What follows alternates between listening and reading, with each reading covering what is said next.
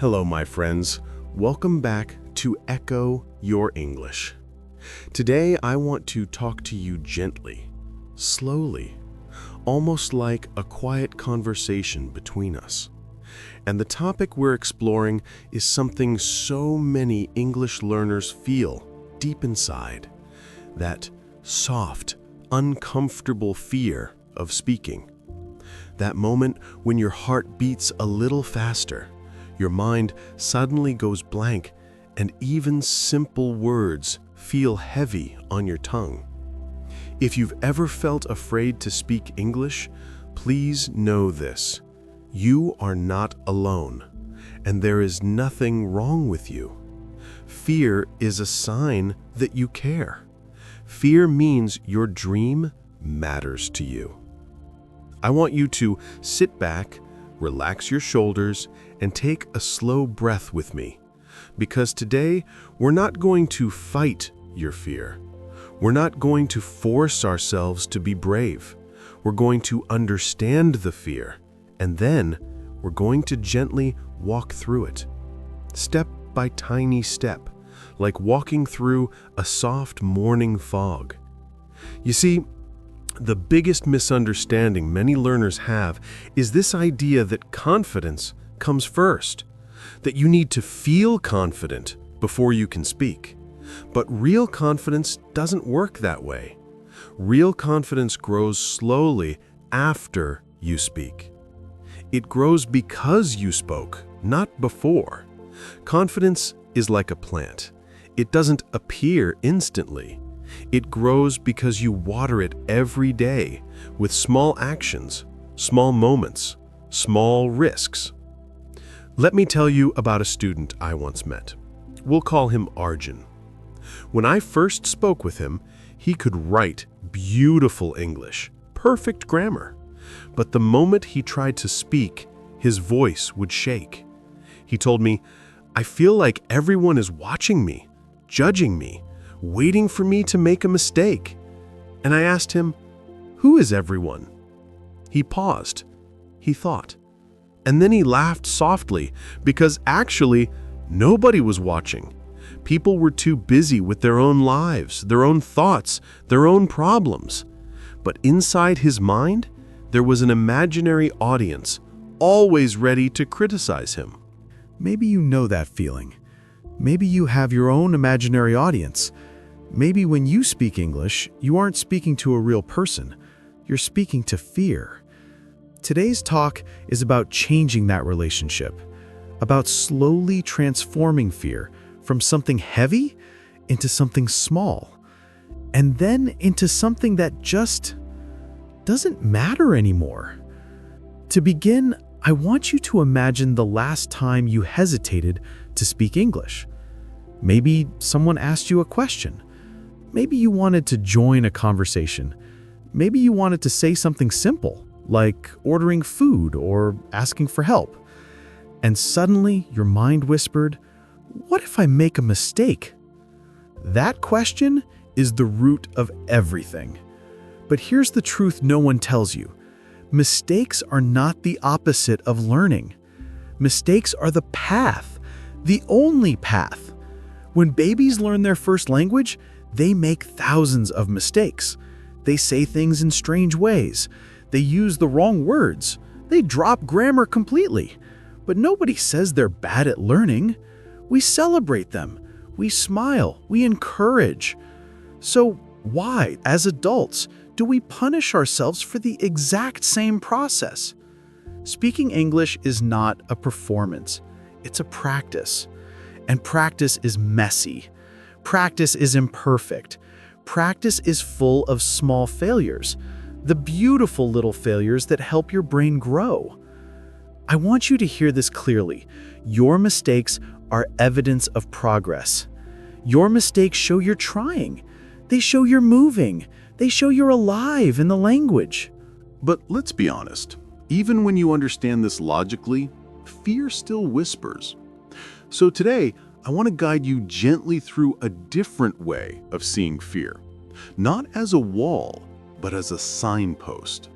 A sign that you're going in the right direction. And I want to give you small, daily steps you can take. Not big, dramatic changes, but tiny habits. Habits so small they feel almost too easy. But that's how courage grows. Not through sudden, bold decisions, but through soft repetition.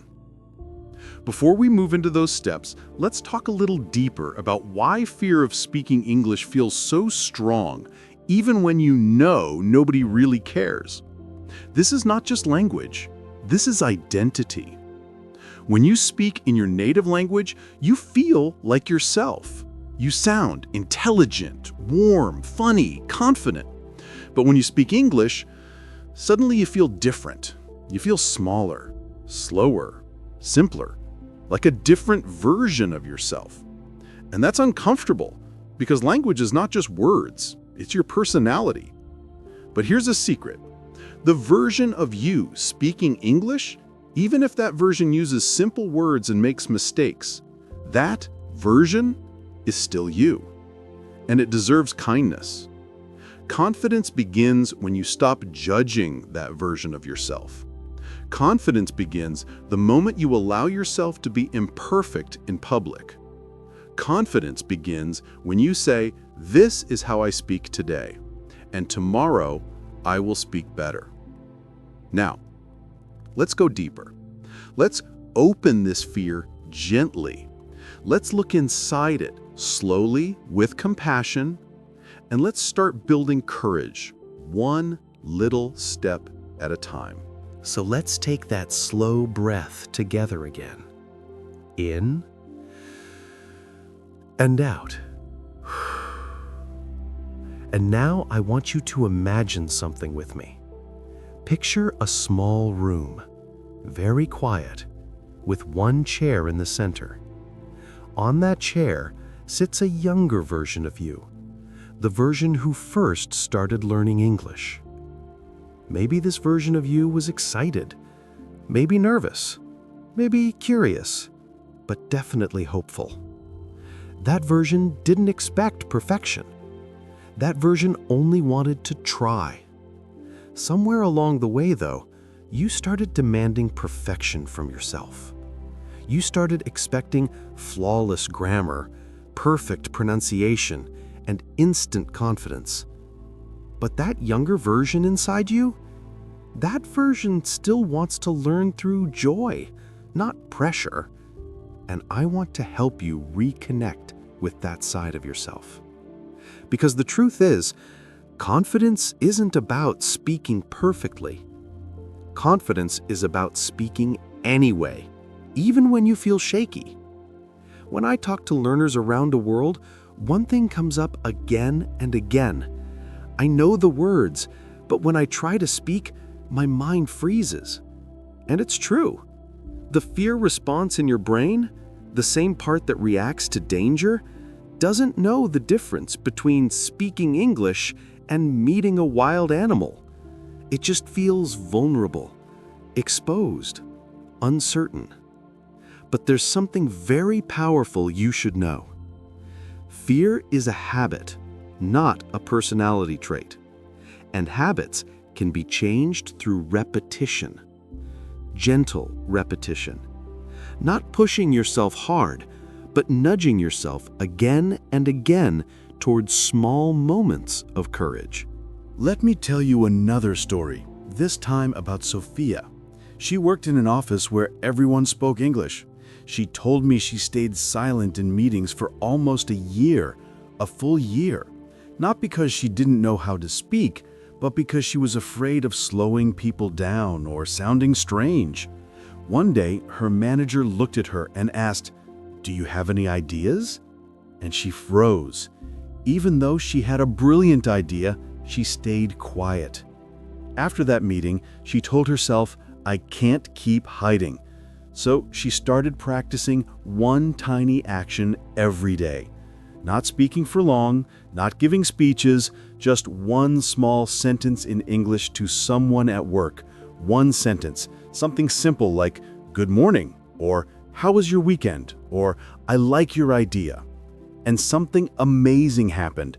Her fear didn't disappear suddenly, but each small sentence made it shrink, bit by bit, day by day, until one afternoon, almost without thinking, she shared her opinion during a meeting. And nobody judged her, nobody laughed, people actually thanked her. Sometimes all you need is one small crack in the fear to let the light in. So today, I want you to think of speaking English as a muscle. At first, it shakes, it's weak, it doesn't feel stable, but with regular, gentle exercise, it becomes stronger, more natural, more you. And this brings us to the idea of tiny courage steps. I call them 2-minute moments, because 2 minutes is enough to change your relationship with fear. A 2-minute moment is simple. It's any short interaction where you use English in a real way. And it can be incredibly small, saying thank you in English to someone online, leaving a short voice message to practice pronunciation, repeating one sentence aloud when you wake up, speaking to yourself in the mirror for exactly 2 minutes, ordering something in English if you live abroad, or calling customer service just to ask a simple question. Each moment is tiny, but each moment rewires your brain. Confidence grows through these tiny acts more than through long study sessions. You don't need to sound fluent. You don't need to sound native. You only need to sound like someone who's trying, someone who wants to connect. And something magical happens when you start doing this consistently. Your brain begins to trust you. It begins to believe that English is not dangerous, that nothing terrible happens when you speak, that mistakes don't kill you, that silence is actually heavier than action. Now, I want to share a gentle truth that might feel surprising. Most native speakers don't speak perfectly either. They hesitate. They say like, all the time. They search for words, they mispronounce things, they break grammar rules constantly.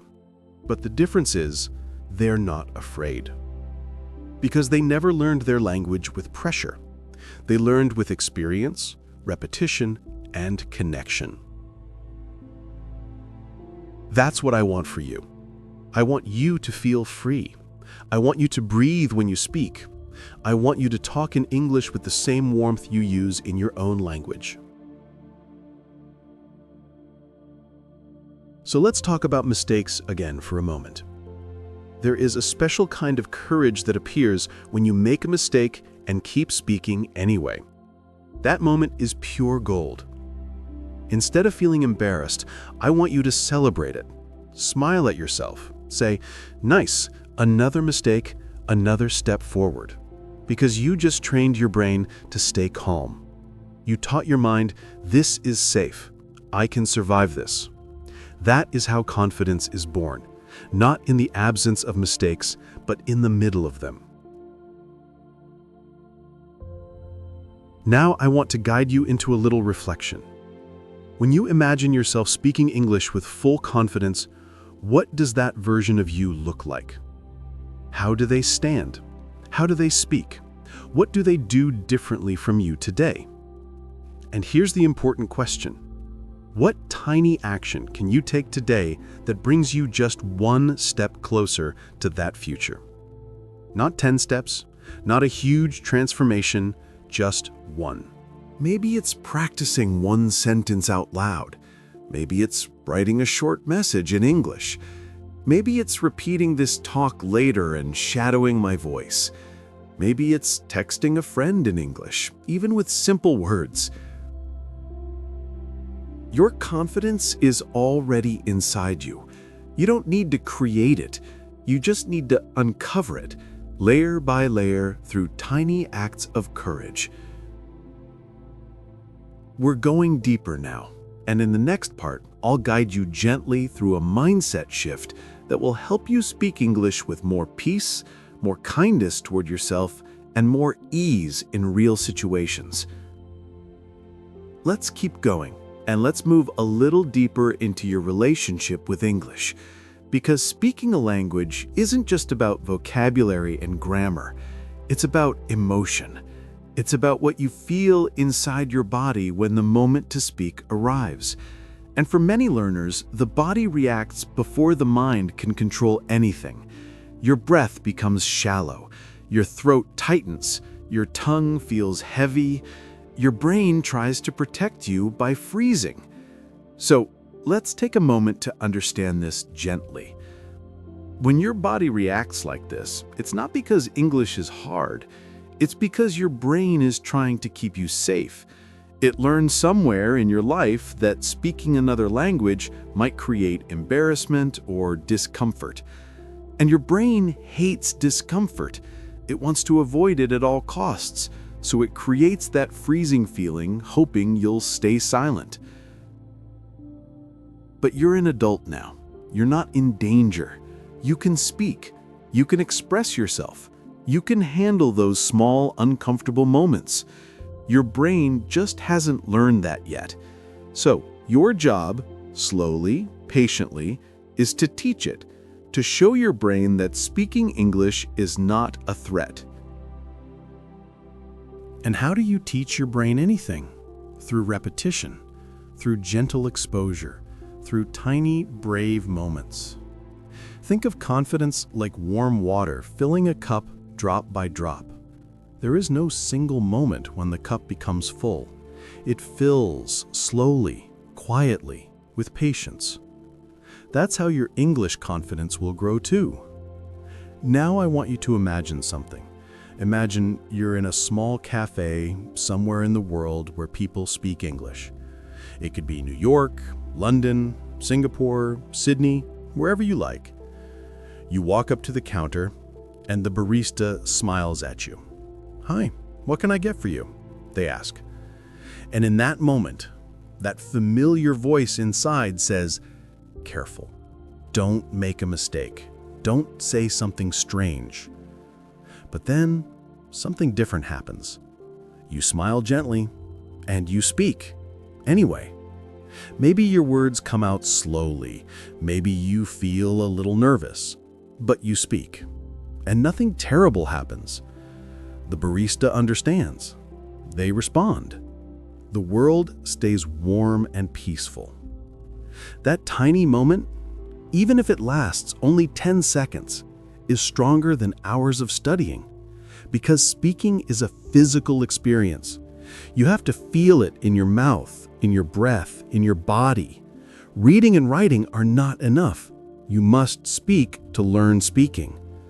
This is why I want you to practice something simple every day. I call it micro-speaking. It means speaking one small sentence out loud at random moments throughout your day. It can be while you're cooking, walking, cleaning, looking out the window. You don't need an audience. You don't need someone to listen. You only need your voice. Because when you speak out loud, even when you're alone, you're practicing the courage to produce English. You're teaching your brain that speaking is normal.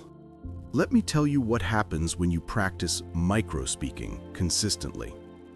After a week, your mouth feels more comfortable forming English sounds. After 2 weeks, your mind hesitates less before speaking.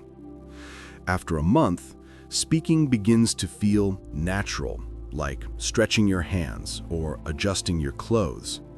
It becomes a habit, a simple human action. And I want to share another mindset shift that might change the way you see this fear. When you speak English, people are not listening for perfection. They're listening for connection, for meaning, for who you are. People care about your ideas, not your grammar. They care about your kindness, not your accent. They care about your humanity, not your mistakes. Your accent is not a problem. It's your history, your culture, your story. It makes your English unique, beautiful, recognizable. Don't try to erase it. Let it soften, let it grow, but let it live. Now, I want you to think about the moments in your life when you were actually proud of yourself. Maybe it wasn't about English. Maybe it was something else. A time you tried something difficult, something new, something uncertain. Maybe you learned to drive. Maybe you spoke in front of a small group. Maybe you moved to a new city. Whatever it was, that moment came from the same place you need to speak English: courage. Courage is not the absence of fear. Courage is the decision to act even when fear is present. So today, I want you to imagine yourself picking up a small stone and placing it gently in your pocket. That stone represents your courage. You carry it with you. You don't need to show it to anyone. You don't need to talk about it. But it's there, quiet, solid, ready.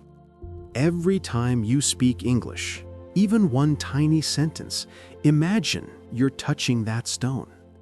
Feel that warmth, that weight, that little signal that says, I can do this. And now, as we move toward the final part of this monologue, I want to guide you gently into a new way of seeing your English journey. Not as a fight, not as a challenge, but as a slow opening, like a flower learning to bloom. So let's walk together into this final part, slowly, calmly, like a quiet evening stroll. You've learned something important today, not just about English, but about yourself. You've learned that fear is not your enemy. It's just a small voice inside you that needs reassurance. And you've learned that confidence isn't something you wait for. It's something you build, one tiny moment at a time. Now I want to help you imagine your future self. Not a perfect version, not a native-like version, just a braver version. A little more relaxed, a little more open, a little more willing to try. Picture yourself 6 months from now. Picture the way you speak. Picture how you respond in conversations. Picture your breath, steady and soft. Picture the smile on your face when you realize English is not scary anymore. It's just a tool, a bridge, a part of me. That future version of you doesn't avoid speaking. They welcome it. They don't panic when they can't remember a word. They simply find another way to say it. They don't freeze when someone speaks quickly. They stay present. They breathe.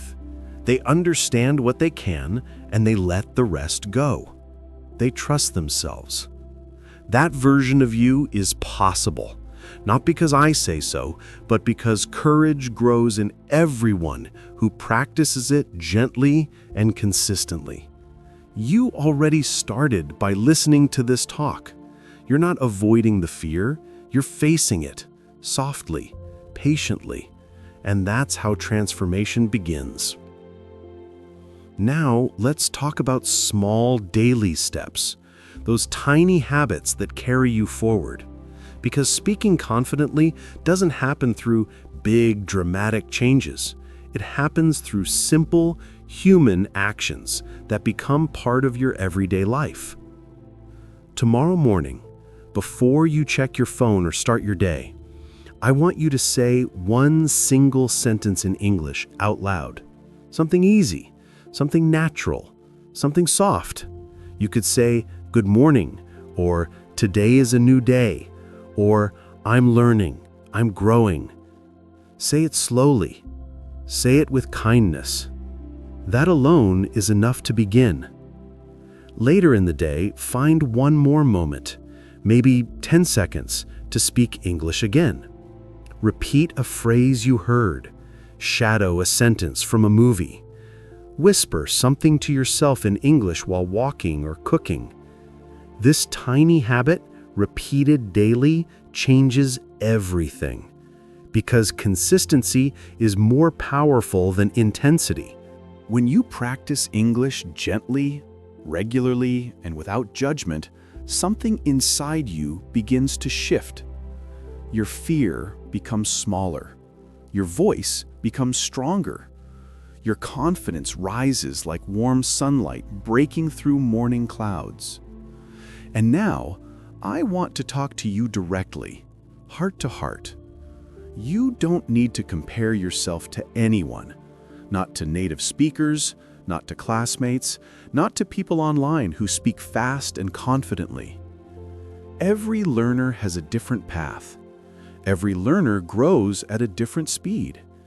The only person you need to compete with is the version of you from yesterday. If today you speak one more sentence than you did yesterday, you win. If today you make one more small mistake, you win. If today you try, even a little, you win. I want you to remember this. You are becoming confident every time you choose English over silence.